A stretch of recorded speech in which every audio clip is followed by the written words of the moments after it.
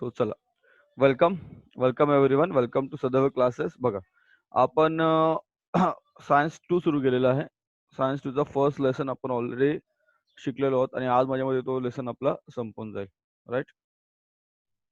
विज्ञान तंत्रज्ञान तुमचा गणित भाग 2 चा अभ्यास आपण चालू केलेला आहे. सॉरी, विज्ञान भाग 2 चा अभ्यास सुरू केला आहे.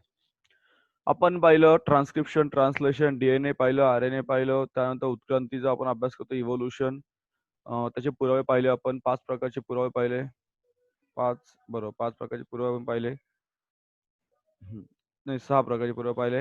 आता आपल्याला शिकायचं आहे डार्विनचा नैसर्गिक निवडीचा सिद्धांत. काय शिकायचं आपल्याला? डार्विनचा नैसर्गिक निवडीचा सिद्धांत. डार्विनचा नैसर्गिक निवडीचा सिद्धांत तुम्हाला शिकायचं आहे.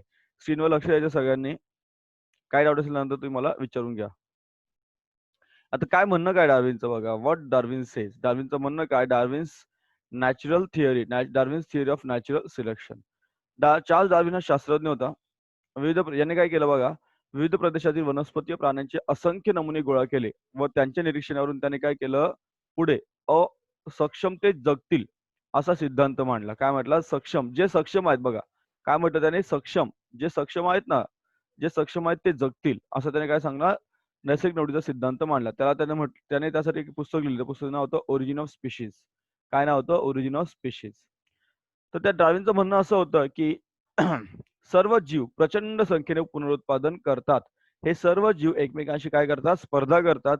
जी स्पर्धा कशी असते? अक्षरशः जीवघेणी असते. कशी असते स्पर्धा? अक्षरशः जीवघेणी असते. या स्पर्धेत जो जीव जिंकण्यासाठी आवश्यक गुणधर्म दाखवतो तोच तगून राहतो. पण या व्यतिरिक्त नैसर्गिक निवडही महत्वाची ठरते, कारण निसर्गात सुयोग्य जीवच जगतात, बाकीचे काय होतात? मरतात. लक्षात घ्या, बाकीचे जीव मरतात. कुठे? या संपूर्ण निसर्गामध्ये.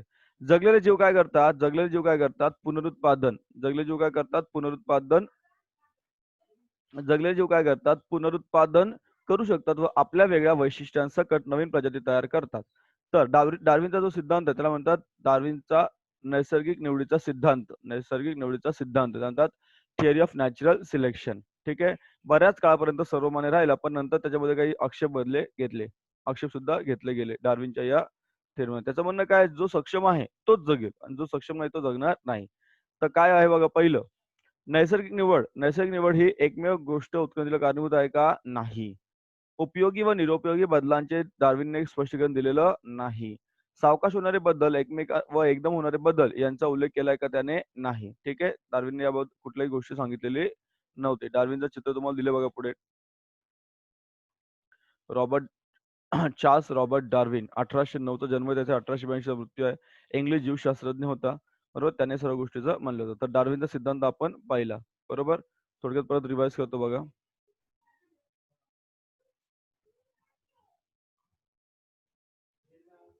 ट्रान्सलेशन, ट्रान्सक्रिप्शन, इव्होल्युशन झालं. देन एव्हिडन्सेस ऑफ इव्होल्युशन पाहिले आपण. 6 एव्हिडन्सेस पाहिले आपण एम्ब्रिओलॉजी पर्यंत. एम्ब्रिओलॉजिकल. ओके. आता आपण पाहणार Darwin's theory. Darwin's theory of natural selection. Darwin's theory of natural selection. लक्ष द्या, Darwin's theory of natural selection. Darwin काय म्हणतो? Charles Darwin says that he collected innumerable specimens of plants and animals. आणि त्याने त्यावेळेस काय ठरवलं? He publish the theory. त्याने पुस्तक लिहिलं. पुस्तकाचं नाव आहे origin of species. Origin of species लिहिलं. अँड व्हॉट ही सेड, त्याने काय म्हटलं आहे? Survival of fittest. काय म्हटलं आहे? Survival of fittest. जो सक्षम आहे, जो पॉवरफुल आहे तोच जगेल. जो पॉवरफुल आहे, जो सक्षम आहे तोच जगेल. बाकी जगणार नाहीत. बाकी जगणार नाहीत असं त्याचं म्हणणं होतं. ओके. Survival of fittest. पण त्याचं म्हणणं होतं की काय, की there is a lot of reproduction. बघा, all living organisms, see इथे दिलं बघ मला. While explaining the concept, Darwin said that organisms produce prolifically. Prolifically म्हणजे खूप मोठ्या प्रमाणात. Prolifically म्हणजे खूप मोठ्या प्रमाणात. All the organisms compete with each other in life-threatening manner. In this competition, only those organisms sustain which show the modifications essential for winning the competition. जे सजीव, नीट लक्ष द्या काय सांगतो बघा. जे सजीव एक सेकंड. गौरव आलाय. गौरव आहे. राहुल आहे. बरं, बरेच जण आहेत. ठीक आहे, चला. जे सजीव सक्षम असतील, जे पॉवरफुल असतील, ज्यांची ताकद असते ते जगतील, बाकीचे जगणार नाही. However, beside the natural selection also plays an important role because nature selects only those organisms which are fit to live and the rest perish. Perish म्हणजे मरून जातात. Sustaining the select. एक सेकंड. हा. Now, Sustaining the selected organisms can perform reproduction and thereby give rise to new species with their own specific characters. Darwin's theory of natural selection was widely accepted for long duration. ठीक आहे. However, some objections. काय objections कुठले कुठले? पहिलं objection काय बघा. पहिलं, so natural selection is not only the factor responsible for evolution. Evolution व्हायला natural selection आहे का? नाही. There are many factors. दुसरं, Darwin did not mention any explanation about useful and useless modification. जसं आपण बघितलं ना, वेस्टिजियल ऑर्गॅन, अक्कल दाढ किंवा अपेंडिक्स पाहिलं आपण त्याप्रमाणे. There is no explanation about slow changes and abrupt changes. हे सुद्धा त्याने एक्सप्लेन केलेले नाहीत कोणी, डार्विनने. डार्विनचा फोटो तुम्हाला दिसतोय. डार्विनचा जो टायमिंग होता तो पिरियड वॉज 1809 to 1882, राईट. आता डार्विनच्या नंतर आलं लॅमार्क. कोण आलं रे? लॅमार्क आलं बघा. कोण आलं? लॅमार्क. त्याने जो काही सांगितलं त्याला म्हणतात लॅमार्कवाद. त्याने काय सांगितलं? लॅमार्कवाद किंवा लॅमार्किझम. लॅमार्कवाद किंवा लॅमार्किझम. काय त्याचं म्हणणं बघा. त्याचं जे थिअरी होती, त्या थिअरीचं नाव आहे use or disuse of organs. त्याने काय म्हटलं? इंद्रिय, आपल्या शरीराचे इंद्रिय असतात ना, त्याचा वापर किंवा न वापरांचा सिद्धांत. म्हणजे एखादा इंद्रियाचं म्हणणं सिंपल होतं. जर एखादं इंद्रिय आपण वापरलं तर ते त्या इंद्रियाचा पुढे काय होतं? उत्क्रांती होत असते. ते इंद्रिय उपयोगी पडतात. जे इंद्रिय आपण वापरत नाही ते काय होतं? ते काळांतराने लोप पावतं किंवा ते नाहीसं होतं. ओके. द ऑर्गन जे आपण वापरत नाही ते ऑर्गन काय होतात? नष्ट होतात. कसं म्हणणं बघा त्याचं. तर ते काय केलं? सजीवांच्या शरीररचनेत बदल होतात व या बदलांमागे या जीवाने केलेला प्रयत्न व आळस कारणीभूत ठरत असतो. लक्षात घ्या. हे आपल्याला सध्या परिस्थितीचा विचार केला तर सध्या परिस्थितीत सुद्धा हा आळस हा शब्द आपल्या माणसाबाबतीत खूप महत्वाचा आहे. कारण जो व्यक्ती अभ्यास करेल त्याला चांगले मार्क पडतील. जो अभ्यास करणार नाही, जो आळस करेल त्याला मार्क्स पडतील की नाही याची शक्यता कमी आहे. त्याही पुढे जाऊन त्याने काय म्हटलं आहे, की पिढ्यानपिढ्या जिराफ आपली मान ताणत ताणत झाडांवरची पाने खात असल्यामुळे त्याची जी मान आहे ती कशी झाली? लांब झाली. बरोबर. तसेच लोहाराचे खांदे घणाचे घाव घालून घालून बळकट झाले त्याचं म्हणणं आहे. शामृग, एमू इत्यादी पक्ष्यांचे पंख न वापरल्यामुळे कमकुवत झाले. हंस, बदकाचे पाय पाण्यात राहून पोहण्यायोग्य झाले अथवा सापाने बिळात जाण्यायोग्य शरीररचना करताना आपले पाय गमावले. अशा प्रकारे त्याचं म्हणणं काय आहे? Acquired characters. काय म्हटलं त्याने? ॲक्वायर्ड कॅरेक्टर्स, मिळवलेली वैशिष्ट्य. बरोबर. जी पुढच्या पिढीकडे काय होतात? संक्रमित होतात. मग त्याचं म्हणणं काय आहे? मिळवलेल्या बदलांच्या संक्रमणाचा सिद्धांत. म्हणजेच theory of inheritance of acquired characters. Theory of inheritance of acquired characters. बरोबर. ठीक आहे. खूप इंटरेस्टिंग आहे. लक्ष द्या. छान आहे ते. बघा लॅमार्कवाद. त्याचं म्हणणं काय बघा. त्याचं म्हणणं असं होतं, की सुरुवातीला जिराफ आहे बघा. हा जिराफ. त्या जिराफाची जी उंची होती. 1 सेकंड 2 मिनिटं फक्त. चला पुढे बघा. हा जिराफ आहे. त्या जिराफाचं म्हणणं काय, की जिराफची जी मान आहे हळू काय झाले ते आहे, की झाडाचा पाला खाण्यासाठी त्याची मान त्याने काय स्ट्रेच केली. काय केली? स्ट्रेच केली किंवा ओढली. असं त्याचं म्हणणं आहे. त्यामुळे ती मान त्याची उंच किंवा मोठी-मोठी झाली असं त्यांचं म्हणणं आहे. कोणी म्हटलं? लॅमार्कने. एक्झाम्पल जिराफचं दिलं. अजून बाकीची उदाहरणं त्यांनी दिली होती बघा. अजून काय म्हणत त्याचं, की विशिष्ट स्वरूपातील प्रयत्नांमुळे शरीरांगांचा विकास अथवा प्रयत्न न केल्यामुळे काय होतं? ऱ्हास झाला, असं त्याचं म्हणणं आहे. तर जे दर पिढी संक्रमण अमान्य झाले. कारण स्वतःमध्ये बदल घडून आलेले बदल नव्या पिढीकडे दिले जातात असं आहे का? नाहीये. म्हणून लॅमार्कचं म्हणणं काय झालं? चुकीचं ठरलं. लक्षात घ्या. लॅमार्कचं म्हणणं काय झालं? चुकीचं असल्याचे दिसून आलेलं आहे. ही थिअरी काय आली? चुकीची आहे असं लक्षात आहे. ठीक आहे. ही थिअरी काय आहे? चुकीची असं लोकांनी असं नंतर लोकांना कळलं. सजीवांच्या जीवनकाळात जे गुण त्याने संपादित केलेले असतात ते संततीकडे संक्रमित करतात. यालाच काय म्हणतो? अनुवंश असे म्हणत असतो. ठीक आहे. बरोबर. 2 मिनिटं थांबा. चला. काय बघा परत सांगतो, रिपीट करतो. लॅमार्किझम. लॅमार्कचं म्हणणं काय होतं? Use or disuse of organs. आवाज बंद ठेवायचा तुमचा. कोणाचा आवाज चालू आहे? आवाज बंद ठेवायचा. आवाज बंद ठेवायचा. आवाज म्यूट करायचा आहे. गौरव आवाज म्यूट कर. Gaurav. Use or disuse of organ. त्याचं म्हणणं काय? द ऑर्गन विच युजेस काय होतो? इव्हॉल्व होतो. जो ऑर्गन आपल्या शरीराला जो अवयव वापरत नाही तो कसा होतो? पेरिश होतो, नायब होतो. त्याने एक्झाम्पल दिलं बघा तुम्हाला. Wings of birds like ostrich, emu हे वापरत नाही त्यामुळे ते काय होतात? वीक होतात. बरोबर. हे पक्षी उडत नाही जास्त मोठे.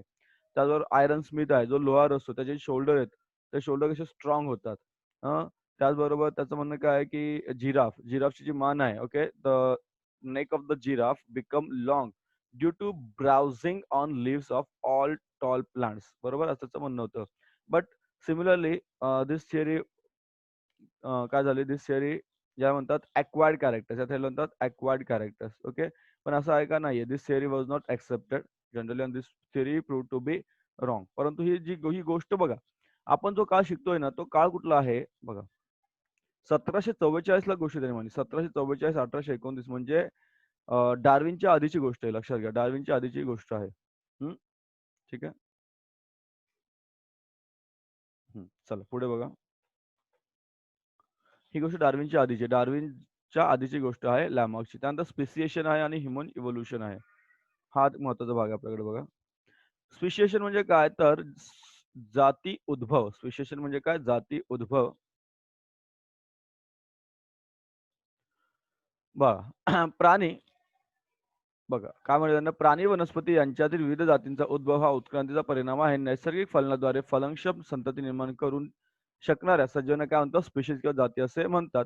प्रत्येक जाती विविध विशिष्ट भौगोलिक स्थितीत वाढते. त्याचा आहार, विहार, फलन क्षमता, समागम काळ इत्यादी काय असतो? भिन्न असतो. त्यामुळे जातीचे वैशिष्ट्य टिकून राहतात. पण एका जातीपासून दुसरी जाती, नवीन जाती निर्माण होण्यास जनुकीय बदल कारणीभूत असतो. म्हणजेच त्याचे भौगोलिक व पुनरुत्पादनीय बदल कारणीभूत असतो. याला काय म्हणतो आपण? स्पेसिएशन म्हणतो. काय म्हणतो? स्पेसिएशन म्हणजे काय होतं? हळू-हळू स्पीशीज बदलत जातात असं म्हणणं आहे. उत्क्रांतीचं उत्क्रांतीमुळे स्पेसिएशन किंवा नवीन स्पीशीज तयार होते असं म्हणणं आहे. बघा. सो व्हॉट इज ह्युमन इव्होल्यूशनच्या पुढे आधी शिकायचं तुम्हाला स्पेसिएशन बघा. So formation of new space. Speciation म्हणजे काय? So formation of new species of plants and animals is the effect of evolution. बघा. आता जे आपण काही फळं पाहतो किंवा जे प्राणी अगदी माणूस घ्या माणूस. तो पूर्वीचा माणूस आणि आताचा माणूस यामध्ये अनेक प्रकारचा फरक आपल्याला पाहायला मिळतो. सो दॅट इज द त्यालाच काय म्हणतो आपण? That is the speciation. आपण त्याला काय म्हणतो? स्पेसिएशन म्हणतो. काय म्हणतो आपण त्याला? स्पेसिएशन असे म्हणत असतो. गेटिंग? लास्ट पार्ट आहे तुमचा. लास्ट म्हणजे याच्यातला काय बघा, मानवाची उत्क्रांती कशी झाली हे तुम्हाला शिकायचं आहे. मानवी उत्क्रांती, मानव ह्युमन इव्होल्यूशन हे तुम्हाला पुढे दिले बघा, तक्ता आहे. चला माझ्या मते आज धडा होऊन जाईल तुमचा. आता माणसाचा उत्क्रांती सुद्धा हा एक विशिष्ट टप्प्याटप्प्याने झालेली आहे बघा. ठीक आहे बघा. उत्क्रांतीमुळे अत्यंत साध्या एकपेशीय सजीवांपासून आज ज्ञात असलेल्या जैवविद्याची जडणघडण झालेली दिसते. यातील मानवाची सुरुवात कशी झाली तर तुम्हाला पुढे चित्र दिसेल तुम्हाला. त्यामध्ये तुम्हाला दिसेल की सुमारे 7 कोटी वर्षापूर्वी सुमारे 7 कोटी वर्षांपूर्वी सुमारे 7 कोटी वर्षांपूर्वी अखेरचे डायनासोर काय झाले? नाहीसे झाले. तेव्हा माकडासारखे प्राणी त्यांच्याहूनही प्राचीन अशा थोड्याफार आजच्या आधुनिक लेम्यूर प्रमाणे झाले. लेम्यूर माकडाचा एक प्रकार आहे. 4 कोटी वर्षांपूर्वी आफ्रिकेतील या माकडांसारख्या प्राण्यांच्या शेपट्या नाहीशा झाल्यात. त्यांच्या मेंदूचा आकार मोठा-मोठा होत गेला. त्यांच्या हाताच्या पंजात सुधारणा झाली. ते एपसारखे प्राणी झाले. त्यानंतर मानवा सुरुवातीसारखे एप म्हणजे काय? एक एप हा दक्षिण प्राणी. आवाज बंद कर गौरव. आग्नेय आशियात पोहोचले आणि काय झालं? त्या ठिकाणी गिबन आणि ओरँग उटान यासारखे काय झाले? वेगवेगळे प्राणी तयार झाले. जे प्राणी उरले ते प्राणी कोण होते? आफ्रिकेतच राहिले. काही प्राणी आफ्रिकेतच राहिले. चिंपांजी, गोरिला यासारखे प्राणी आफ्रिकेत राहिले. सुमारे 2 कोटी वर्षापूर्वीच्या एपच्या काही जातींची प्रगती वेगळ्या दिशेने तुम्हाला व्हायला झालेली पाहायला मिळेल. थोडंसं आता आकृती बघा तुम्हाला कळेल की काय नेमकं झालं. माणसाचा हाताचा वापर वाढला. त्यानंतर माणसाने बघा. हाच आपल्या माणसाच्या उत्क्रांतीचा आहे बघा. ठीक आहे. जर सुरुवातीचा आपण विचार केला तर माणसाचा बघा 7 बघा इथे नीट लक्ष द्या. काय दिलं तुम्हाला या ठिकाणी रेड कलर दाखवतो बघा. 7 कोटी वर्षापूर्वी 7 कोटी वर्षापूर्वी लेमूर सारखी माणसं होते. त्यानंतर बदल हा झाला. काय बदल झाला? इजिप्तोपिथिकस 4 कोटी वर्षापूर्वी. त्यानंतर झालं तुमचं ड्रायोपिथिकस 2.5 कोटी वर्षापूर्वी. रामापिथिकस 1 कोटी वर्षापूर्वी. ऑस्ट्रेलोपिथिकस 1 मिनिट 40 लाख वर्षापूर्वी. त्यानंतर कुशल मानव तयार झाला साधारण 2 लाख वर्षापूर्वी. एकक, दशक, शतक, हजार दशक, लक्ष, दशक नाही 20 लाख वर्षापूर्वी. त्यानंतर ताठकणा असलेला मानव बघा, हा ताठकणा असलेला मानव हा झाला साधारणतः 1.5 लाख वर्षापूर्वी. 1.5 का 15 लाख वर्षापूर्वी. त्यानंतर झाला निअँडरथल. निअँडरथल झाला 1.5 लाख वर्षापूर्वी आणि आता जो माणूस आहे किंवा सॉरी आता माणसाच्या थोडंसं आणखी ग्रुप क्रो मॅग्नन किंवा मॅग्नन 50,000 वर्षापूर्वी बघा. तर हा असा मॅग्नन माणूस आपल्याला पाहायला मिळतो. ठीक आहे. आता याच्या पुढचे जे टप्पे आपल्याला माहिती आहे. त्यानंतर आपण जो आता सध्याचा विचार केला तर आपला माणूस काय आहे तर होमो आहे. तर माणसामध्ये बदल कसा होत गेला बघा.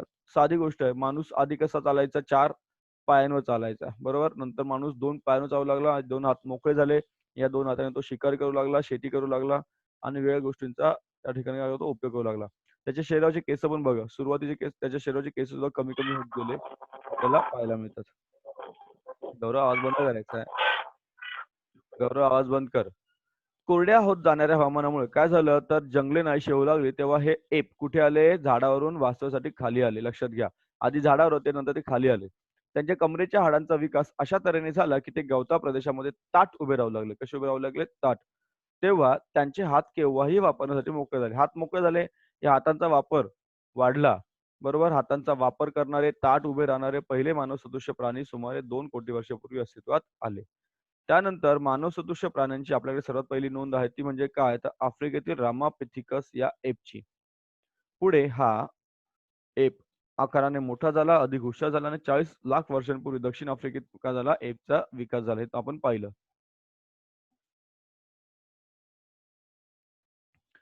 आता त्याचा मेंदू सुद्धा बघा, मेंदूचा आकार सुद्धा वाढत गेला. सुमारे 20 लाख वर्षांपूर्वी मानव सदृश्य प्राण्यांची रचना म्हणजे होमो या प्रजातीचे सदस्य असण्या इतपत आपल्या जवळचे असल्यासारखे लक्षण दिसून येतात. अशा तऱ्हेने मानव कुशल झाला. सुमारे 15 लाख वर्षापूर्वी माणूस ताठ चालू लागला. काय चालू लागला? ताठ चालू लागला आणि आशिया खंडाचा चीन आणि इंडोनेशियापर्यंत तो माणूस या ठिकाणी पसरला होता. संपूर्ण बघा. आकार जर बघितला, तुम्ही जर मेंदूचा आकाराचा विचार केला, तर मेंदूचा आकार बघा इथे आकार वाढत, वाढत गेलेला आहे. ठीक आहे. सध्या जर माणसाचा मेंदू विचार केला, माणसाचा मेंदू आहे 1.5 किलो वजनाचा. किती? 1.5 किलो वजनाचा. 1500 ग्रॅमचा माणसाचा मेंदूचं वजन असतं. जवळ-जवळ 1,00,000 वर्षांपर्यंत ताठ बघा, जवळ-जवळ 1,00,000 वर्षांपर्यंत काय झालं, की ताठ चालणाऱ्या माणसाचा मेंदू मोठा होण्याच्या दिशेने त्याची प्रगती होतच राहिली. त्याला अग्नीच्या वापराचा शोध लागला. माणसाला अग्नीचा शोध लागला. त्यानंतर चाकाचा शोध लागला. 50,000 वर्षापूर्वी माणसाचा मेंदू विकसित झालेला होता. म्हणून त्याला म्हटलं होमो सेपियन, बुद्धिमान मानव. काय म्हटलं? होमो सेपियन म्हणजे बुद्धिमान मानव. त्यानंतर निअँडरथल मानव हे बुद्धिमान मानव हे या वर्गातील पहिले उदाहरण निअँडरथल मानव. सुमारे 50,000 वर्षापूर्वी क्रो मॅग्नन अस्तित्वात आला आणि त्यानंतर मात्र ही प्रगती पूर्वीपेक्षा झपाट्याने झाली. आज जर आपण विचार केला तर माणसाची प्रगती ही इतर प्राण्यांपेक्षा कशी आहे? खूपच फास्ट आहे. सुमारे 10,000 वर्षांपूर्वी बुद्धिमान मानव काय करू लागला? शेती करू लागला. जनावरांचे कळप बाळगू लागला. त्याने काय केलं? वसाहती वसवल्या. मग संस्कृतीचा विकास झाला. जगातल्या 4 प्रमुख संस्कृतीचा आपण अभ्यास केलेला आहे. हडप्पा संस्कृती म्हणजे त्याच्या आधीचा काळ आहे हा, परंतु विकास आपण पाहिलेला आहे संस्कृतीचा. सुमारे 5,000 वर्षापूर्वी लिहिण्याच्या कलेचा शोध लागला. इतिहासाची सुरुवात झाली. सुमारे 400 वर्षांपूर्वी आजच्या आधुनिक शास्त्रांचा उदय झाला आणि 200 वर्षांपूर्वी औद्योगिकरणाची सुरुवात झाली. हे आपण इथपर्यंत शिकलेलो आहोत. आता अजूनही मानववंशाच्या मुळांच्या तपशिलाचा शोध माणूस हा घेतच आहे. लक्षात घ्या, माणूस हा शोध घेतच आहे. ओके. चला पुढे बघा. थोडंसं आता आणखी शेवटचा पार्ट राहिला आहे तो part. So human evolution. What is human evolution? See, the biodiversity that is known today has been said to be formed from very simple unicellular organism due to evolution. Right? In this evolution, origin of human evolution can be shown as per the picture given below. Last dinosaur होते ते मेले. ठीक आहे. कधी 7 कोटी वर्षापूर्वी. किती? 7 crore years ago 7 कोटी वर्षापूर्वी डायनोसॉर मेले. ॲट दॅट टाइम कोण होतं? Monkey like animals are said to be evolved from sub ancestors who were more or less similar to modern lemurs. Lemur हा एक माकडाचा प्रकार आहे. लेमर झालं, एप झाले, लंगूर झाले, ते काय माकडाचे प्रकार आहेत. ठीक आहे. So tails of this monkey आता त्यांची जी शेपूट होती, शेपूट काय झाली? हळू डिसअपियर झाली. म्हणजे काय झाली? बघा इथे शब्द आहे डिसअपियर म्हणजे नाहीशी झाली. कधी? 4 कोटी वर्षापूर्वी. Before 4 crore years, about 4 crore years ago. That developed due to enlargement in brains. आता त्यांचा जो ब्रेन होता तो एनलार्ज झाला. त्यांचा प्रकार चेंज झाला. एप लाइक एनिमल्स तयार झाले. ते कुठे झाले? साऊथ आणि साऊथ ईस्ट एशियामध्ये पोहोचले. Finally इव्हॉल्व्ड gibbon. गिबन झालं ओरँग्युटन. हा पण माकडाचा एक प्रकार आहे. If you see the remaining ape like animals stayed in Africa from and then मग आफ्रिका गेल्यानंतर मग गोरिला, चिंपांझी हळूहळू काय झाले? 2.5 कोटी वर्षापूर्वी तयार झाले किंवा इव्हॉल्व झाले. त्यांचे हात मोकळे झाले. So the hands were use for eating foods and other works. बघा. You can see the difference. You can see the evolution. You can see the evolution. See 7 crore year जेव्हा काय म्हणतात when dinosaur disappeared. Dinosaur disappear झाले 7 crore years ago. मग त्यावेळेस कोण होतं? हे बघा. लेमर सारखे हे माकडं होते. बरोबर? हे आपले पूर्वज आहे. लक्षात घ्या. आपले पूर्वज आहेत ते. Their ancestors. नंतर इजिप्टोपिथिकस झाला. Then Dryopithecus. त्यानंतर तुमचा Ramapithecus, Australopithecus, skilled humans, then man with erect posture, Neanderthal आणि क्रोमॅग्नन मॅन. हा 50,000 वर्षापूर्वी बघा. नाव इफ यू सी इथून बघा. तो 4 पायाचा माणूस हळू-हळू जर तुम्ही बघितलं, तो 2 पायावर चालायला लागला. Okay. It was walking on the 2 feet and his hands they were free to use to do different kinds of work. Now, so those apes, आता बघा, those apes started to live on lands as the forest started decline due forest started to decline due to dry environment. आता झाडावरून कुठे आले? ते खाली आले. बरोबर? Then their lumbar bones developed in such a way that they started to stand in erect posture. त्यांचे lumbar bones म्हणजे जे त्यांची पायाची हाडं होती ते आता काय झाले? मोकळे झाले आणि ते एका 2 पायावर उभे राहायला लागले ते ग्रासलँडमध्ये. Thereby their hand becomes available for use. आता हात मोकळे झाले फॉर एनिथिंग. ते काही पण करायला हात मोकळे झाले. So these first human like animals with erect posture which were using their hands have evolved about 2 crore years ago. 2 कोटी वर्षापूर्वीची गोष्ट आहे. ठीक आहे. तुम्हाला सांगितलं इव्होल्यूशन एका दिवसात होत नाही. It requires a lot of time. It requires lot of time. So first record of human-like animals is with us in the form of Ramapithecus ape from East Africa. Afterward, this ape grown in size and became more intelligent. And thus the ape of South Africa evolved. 40 lakh वर्षापूर्वी हे काय झालंय? App evolve झालेले आहेत. Okay. चलो पुढे बघा काय दिलं त्यांचं म्हणणं. Now, the morphology of these man तुम्ही जाऊ चेहरा मेंदू बघेल. Okay. If you see the size of the size of the brain increase होत झाले. Size of the brain increase होत जाते बघा. ठीक आहे. So the morphology of this human like animals started to appear like to be the member of the genus Homo. Homo म्हणजे काय? About 20 lakh years ago and the skilled human developed. About 15 lakh years ago, human walking with erect posture was evolved. तो सर्व ताठ कराने चालायला लागला. It may have existed. कुठे होता तो?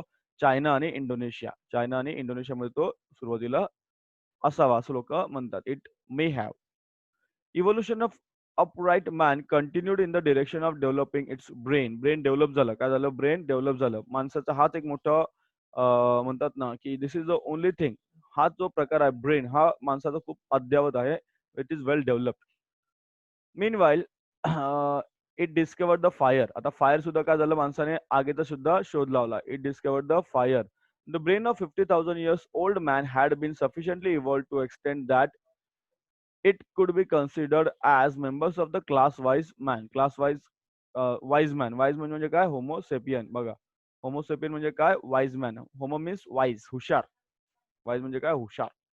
Neanderthal man can be considered as the first example of wise man. The Cro-Magnon man evolved about 50,000 years ago, and afterward, this evolution had been faster than the earlier. हळू काय झाली? मोठी प्रगती झाली. Now, if you see the today's man, आता जो माणसा विचार केला, about 10,000 years ago, wise man started to practice agriculture. शेतीची सुरुवात झाली. लक्षात घ्या. It started to rear cattle and herd. माणूस काय करायला लागला? शेती झाली. त्यांनी पशुपालन सुरुवात केलं. Establish in the cities. त्यांनी वसाहत तयार केली. छोटी-छोटी गावं तयार केली. कल्चरल डेव्हलपमेंट झाली. वसाहत झाली. त्यानंतर तुम्हाला माहिती आहे की काय झालं अजून बऱ्याच गोष्टी या माणसाच्या आयुष्यामध्ये घडल्या पूर्वीच्या. About 5,000 years ago the history has been started. सुरुवात झाली इतिहास लिहायला किंवा इतिहास अभ्यास करायला. And modern science emerged 400 years ago. The industrial society was established about 200 years ago, and now we have reached at this stage. आता आपण अशा ठिकाणी आहोत की that we can do many things with the help of science. With the help of science. ठीक आहे. Good. धडा खूप छान आहे. काही क्वेश्चन आन्सर तुम्हाला फक्त सांगतो. तुम्ही लिहून काढा नंतर घरी. आकृती तुम्हाला पूर्ण करायची आहे. प्रश्न क्रमांक पहिला. प्रश्न क्रमांक दुसऱ्यामध्ये तुम्हाला पुढील विधाने वाचून संमत योग्य उत्तरे बघा. तुम्हाला का बरं काय झालं त्याचं थोडक्यात तुम्हाला पुढे जी कारणं द्यायची आहेत. प्रश्न तिसरा रिकाम्या जागा रिकाम्या जागा आहेत. सोप्या-सोप्या आहेत त्या. प्रश्न चौथा तुम्हाला परिच्छेद लिहायचा आहे म्हणजे शॉर्ट पॅराग्राफ लिहायचा आहे. अनुवंशिकता काय? 5वं जमलं तर करा आणि ब्लू कलरमध्ये जे आहे क्वेश्चन तो जमला तर करा नाहीतर राहू द्या. केलं तर चांगलीच गोष्ट आहे. 5वा झाला, 6वा झाला. सोपं आहे ते. त्यानंतर 7वं बघा. करा सगळेच करा. सोपं आहे ते. प्रश्न 6वा, 7वा सगळे करा. हे मोठे प्रश्न आहेत सगळे. ठीक आहे. तर तुमचा पहिला धडा या ठिकाणी पूर्ण झाला आहे सायन्स 2चा. सायन्स 1चा पण एक धडा आपण पूर्ण घेतलेला आहे. काय क्वेशन्स आहे बघा रिपीट करतो. आर्यन कुठे गेला होता आर्यन? ठीक आहे. काय क्वेशन्स बघा रिपीट करतो आपण. क्वेशन नंबर 1, क्वेशन नंबर 2 करा. सोपं आहे. Then you can see question number 3 fill in the blanks आहे. क्वेशन नंबर 4 शॉर्ट नोट्स आहे. देन 5, 6, 7 सोपे जर प्रश्न आहे करून टाका. I think you can do it. ठीक आहे.